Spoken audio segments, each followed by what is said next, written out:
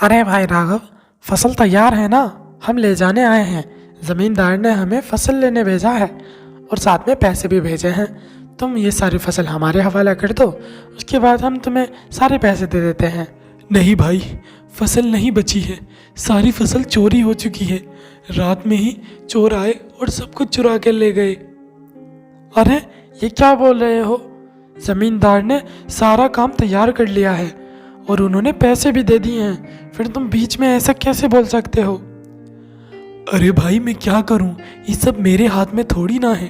चोर चुरा कर ले गए तो मैं क्या करूं। अब तो तुम्हें ये सारा जवाब ज़मींदार को देना होगा। तुम मेरे साथ चलो। राघव जमींदार के सामने जाता है और सारी बात उन्हें बताता है।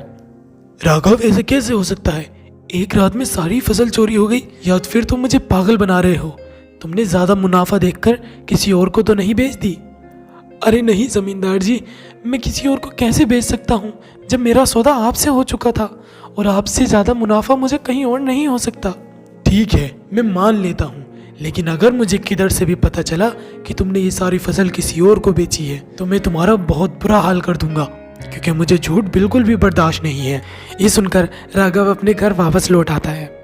उसकी पत्नी राघव से कहती है, घर का खर्चा भी कैसे चलेगा और सारा जितना भी कर्जा हुआ है इस खेती का वो हम कैसे वापस करेंगे? अब तो अगली खेती करने के लिए हमारे पास 1 रुपया भी नहीं बचा है।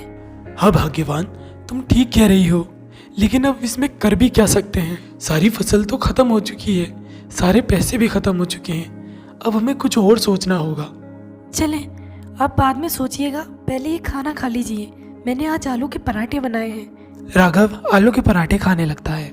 तभी उसे एक आइडिया आता है और वो बोलता है, सोनाली, आलू के पराठे, तुम आलू के पराठे बहुत अच्छी तरीके से बना लेती हो। क्यों ना हम आलू के पराठों का ही बिजनेस स्टार्ट करें। शुरू में थोड़ा सा कर्जा ले लेंगे जिससे हम आलू और सामान ला सकें। तुम घर पर पराठे बनाते रहना और मैं बाजार में जाके सारे पराठे बेच आऊँगा।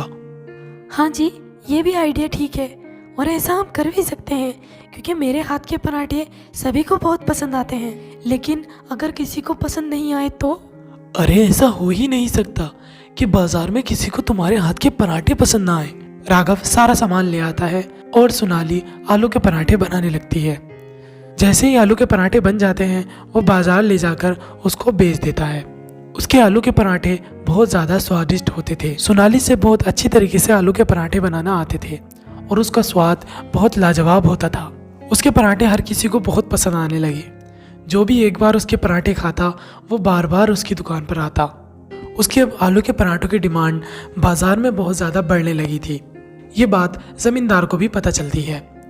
वो राघव के पास आकर बोलता है, राघव, मैंने सुना है तुम्हारे आलू के पराठे बहुत अच्छी तरीके से बिक रहे हैं और इनके तरह कोई आलू के पराठे बना भी नहीं सकता है।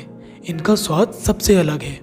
हाँ ज़मींदार जी, मेरा कारोबार बहुत अच्छी तरीके से चलने लगा है। सबको ही आलू के पराठे बहुत पसंद आ रहे हैं। ज़रा हमें भी चखाओ, तुम्हारे आलू के पराठों का स्वाद हम भी तो देखें। ज़मींदार जैसे ही वो पराठे खाता है उसे भी उसका स्वाद बहुत पसंद आता है। आज तक उसने ऐसा पराठा कभी नहीं खाया था। इतना स्वादिष्ट पराठा देखकर वो राघव से बोलता है, अरे राघव, तुम्हारे पराठों का स्वाद तो वाकई ही बहुत लाजवाब है और ये स्वाद सबसे ही अलग है।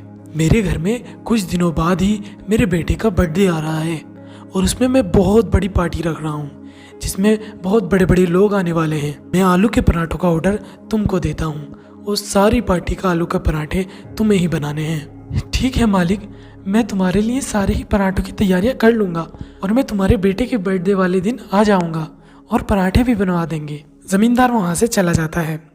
राघव बहुत ज़्यादा खुश हो जाता है और वो अपनी पत्नी को आकर सारी बात बताता है। क्या होगा आगे की स्टोरी देखने के लिए देखिए एपिसोड 3।